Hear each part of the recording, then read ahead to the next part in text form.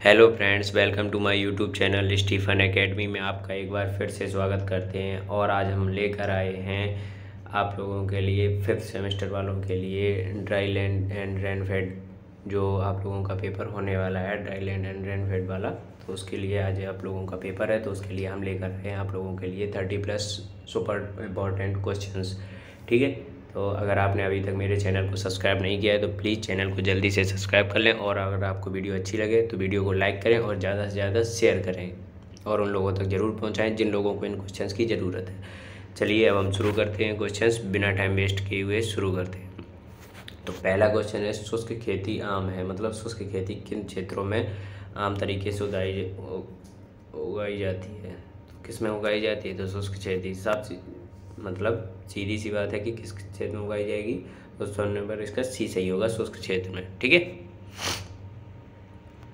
Next question है, शुष्क खेती में बढ़ने की अवधि LGP की लंबाई होती है। तो LGP की लंबाई कितनी होती है, इसमें ऑप्शन नंबर आपका बी सही होगा, 75 दिनों से कम। अगला क्वेश्चन होगा, शुष्क खेती में फसल उत्पादन के लिए कौन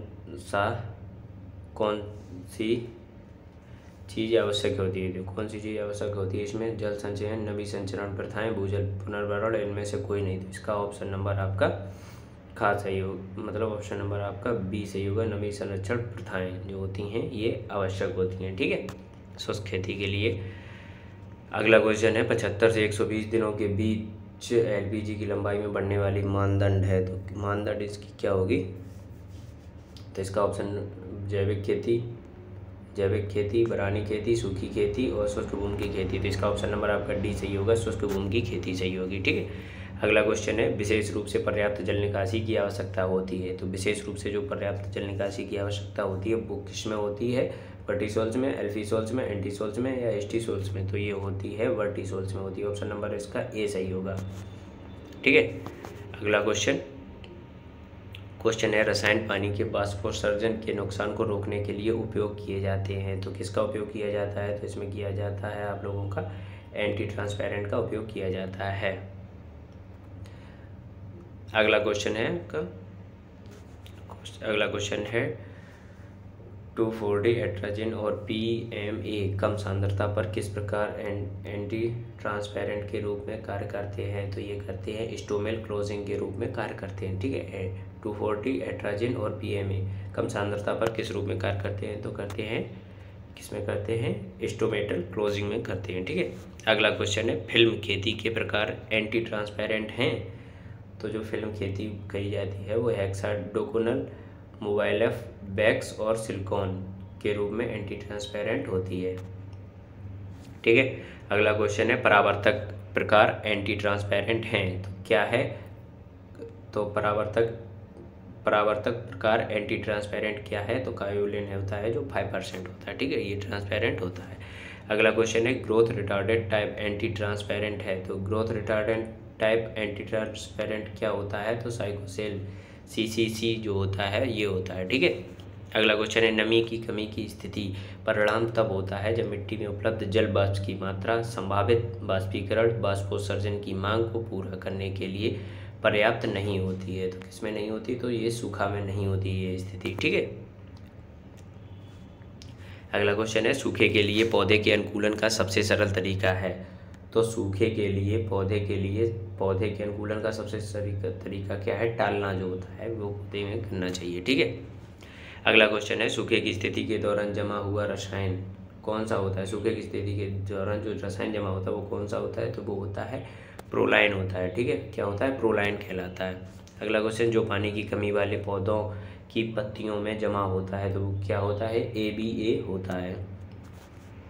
अगला क्वेश्चन है, शुष्क भूमि की खेती में सबसे उपयुक्त फसलें हैं। तो शुष्क भूमि के लिए जो उपयुक्त खेती होती हैं वो कौन कौन सी हैं, बाजरा, ज्वार, चना और तोरिया, ये सबसे उपयुक्त फसलें मानी जाती हैं शुष्क खेती के लिए, ड्राई लैंड के लिए। ठीक है, अगला क्वेश्चन है, शुष्क भूमि की स्थिति में कौन सी फसल चक्रण अधिक लाभकारी होती है। तो तिल और चना की जो फसल होती है ये चक्रण के रूप में अगर बोई जाए तो ये तिल और चना सबसे ज़्यादा लाभकारी मानी जाती है। ठीक है, अगला क्वेश्चन है, वैकल्पिक फसलों को मानसून की देर से शुरू होने के तहत बोने की सिफारिश की गई।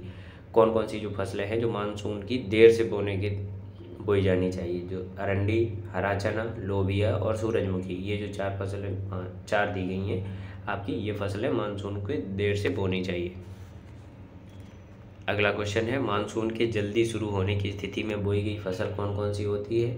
बाजरा और तिल होती हैं। ठीक है, मानसून की जल्दी शुरू होने की स्थिति में बाजरा और तिल को बो देना चाहिए।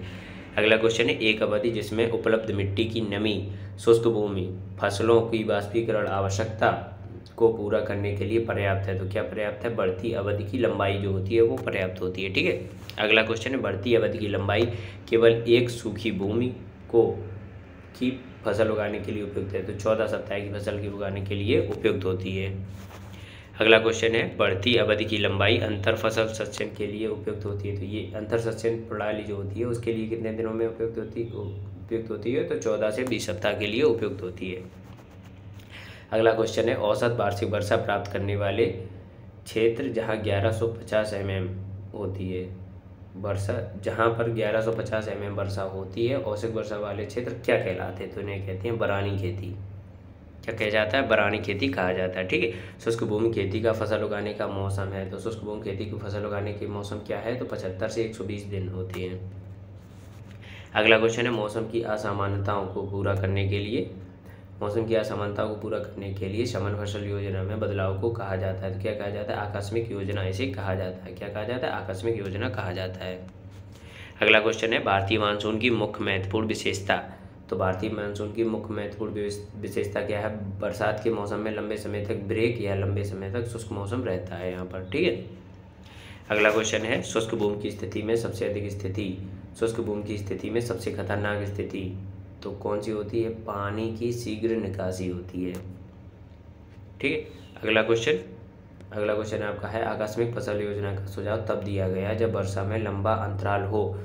तो वर्षा में जब लंबा अंतराल होगा तो केवल महत्वपूर्ण विकास चरणों में ही जीवन रक्षक सिंचाई उपलब्ध कराना होता है। ठीक है, अगला क्वेश्चन है, सिंचाई परियोजना में 2000 से 10,000 हेक्टेयर CCA शामिल है। तो कौन सी CCA शामिल है? मध्यम सिंचाई परियोजना जो होती है वो 2000 से 10,000 हेक्टेयर में शामिल है।